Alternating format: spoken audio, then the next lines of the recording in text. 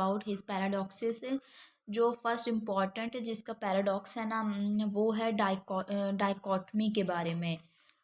Dichotomy का मतलब है, डाइकोटमी वर्ड जो है becomes two Greek words di and dicho और टोमी, डाइकोटमी। तो डाइकोटमी का मतलब क्या, डाई मीन्स आ गया टू, डाई मीन्स आ गया टू, और टोमी का मतलब आ गया है इन कट्स। इसका मतलब है, डाइकोटमी का मतलब यहाँ जीनो का ये है, वो इस बात का आर्ग्यू करता है कि डाइकोटमी बेसिकली जो इसका ये डॉक्ट्रिन है, इसका इस आर्ग्यू का मतलब है कि there is no motion exist in the world. वो कहता है कि मोशन है ही नहीं किसी चीज़ के अंदर। सब चीज़ें जो हैं, कोई किसी चीज़ में मोशन नहीं होती। जो हम मोशन होते हुए देखते हैं वो जो है बिल्कुल आंखों का धोखा है, मोशन तो है ही नहीं। वो ऐसा क्यों कहता है, वो अपने पैराडॉक्सिस के थ्रू वो आर्ग्यू जो करता है, वो उनकी एग्जांपल्स हम आगे देखते हैं। और डायकॉटमी जो वर्ड है वो टू ग्रीक वर्ड्स डाइको और टोमी से लिया गया है। डाइको का मतलब है टू, और टोमी का मतलब है इनटू इन कर्ड्स। इसका मतलब है कि अब एक चीज़ जो है समथिंग, उसको हम something cuts into two pieces. मतलब अगर हम किसी चीज़ को कट कर लेंगे दो पीसीज में, तो फिर वो तो डिवाइड हो जाएगी ना, डिवाइड हो जाएगी। तो फिर आगे समझते हैं। उसकी उसने आर्ग्यू क्या किया है, फर्स्ट ऑफ ऑल वो उसका ये पैराडॉक्स है। In order to travel a distance a boy must first travel half the distance, there remains half left for it still travel. इस पैराडॉक्स में वो क्या आर्ग्यू करता है कि अगर सपोज कर लें कि अगर एक पर्सन जो है उसको अपने घर से लेकर, में हो गया घर, घर से लेकर जाना है उसने कहाँ तक, पार्क तक। मतलब एक एज अ डिज़ायर वो अगर जा रहा है डिज़ायर को अचीव करने के लिए, अपने घर से लेकर पार्क तक जा रहा है एक पर्सन। तो इसके दरमियान जो अगर हम देख लें डिस्टेंस, सपोज कर लेते हैं डिस्टेंस जो अगर हम कहेंगे फाइनाइट वे में, अगर हम डिस्टेंस को कहेंगे कि 1 किलोमीटर है, 1 किलोमीटर हो गया, तो ये फाइनाइट वे में हम कह रहे हैं कि इसका डिस्टेंस यहाँ से घर से लेकर पार्क तक का ये है जहाँ तक उसने अचीव करना है। लेकिन अगर वो पर्सन जो है चलता जाएगा, जब वो हाफ डिस्टेंस जो है क्रॉस कर लेगा, हाफ तक पहुंच जाएगा, तो फिर जो उसके बाद जो रह जाएगा ना रिमेनिंग डिस्टेंस, उसके हाफ तक पहुंचेगा, उसके हाफ को कवर करेगा, फिर मज़ीद हाफ को कवर करेगा, फिर मज़ीद हाफ को कवर करेगा। इस तरह से अगर वो कवर करता जाएगा तो ये तो इनफाइनाइट डिस्टेंस बन जाएगा ना।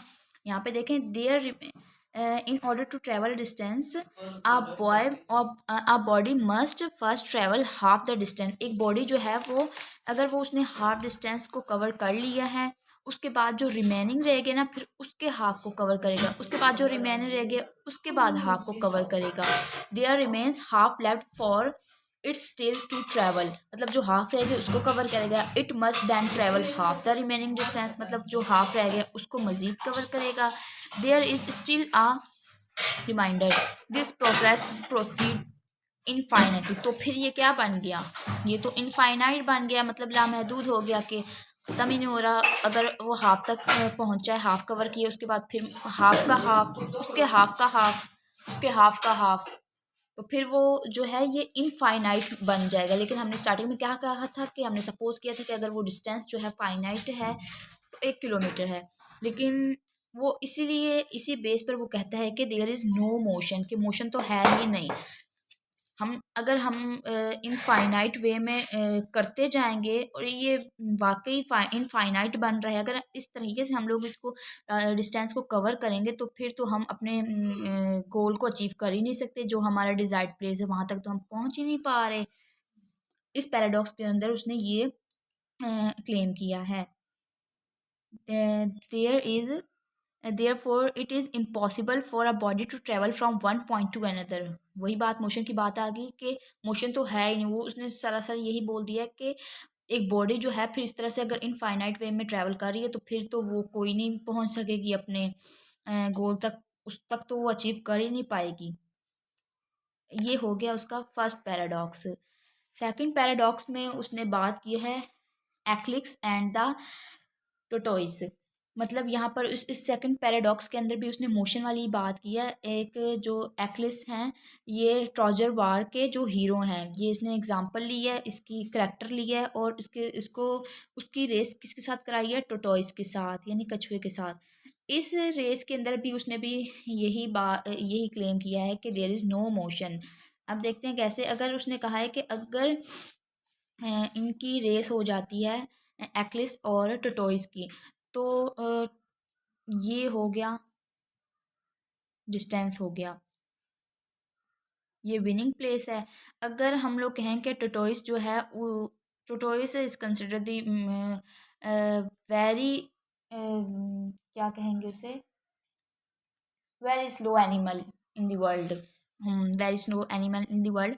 तो फिर अगर जो है एक्लिस जो है वो स्टार्टिंग प्लेस पे खड़ा है और टोटोइस जो है, अगर हम कहेंगे उसको कंसिडर करते हैं कि very slow animal in the world, तो उसको हम लोग को थोड़ा स्टेप्स जो है आगे खड़ा कर दें। अगर यहाँ पर वो टोटोइस यहाँ पर है, अगर हम कहेंगे, अब हमने देखा है कि ये कहानी में भी देखा है कि जो एक्लिस है वो तो विन कर जाता है इस रेस को, लेकिन जो इसके जेनो के पैराडॉक्स के अकॉर्डिंग जो एक्लिस है वो टटोइस से हार जाएगा। कैसे हारेगा? अब यहाँ पर अगर हम लोग इसको डिस्टेंस कवर करते जाएं, अगर यहाँ से इसने टटोइस ने रेस स्टार्ट की है तो ये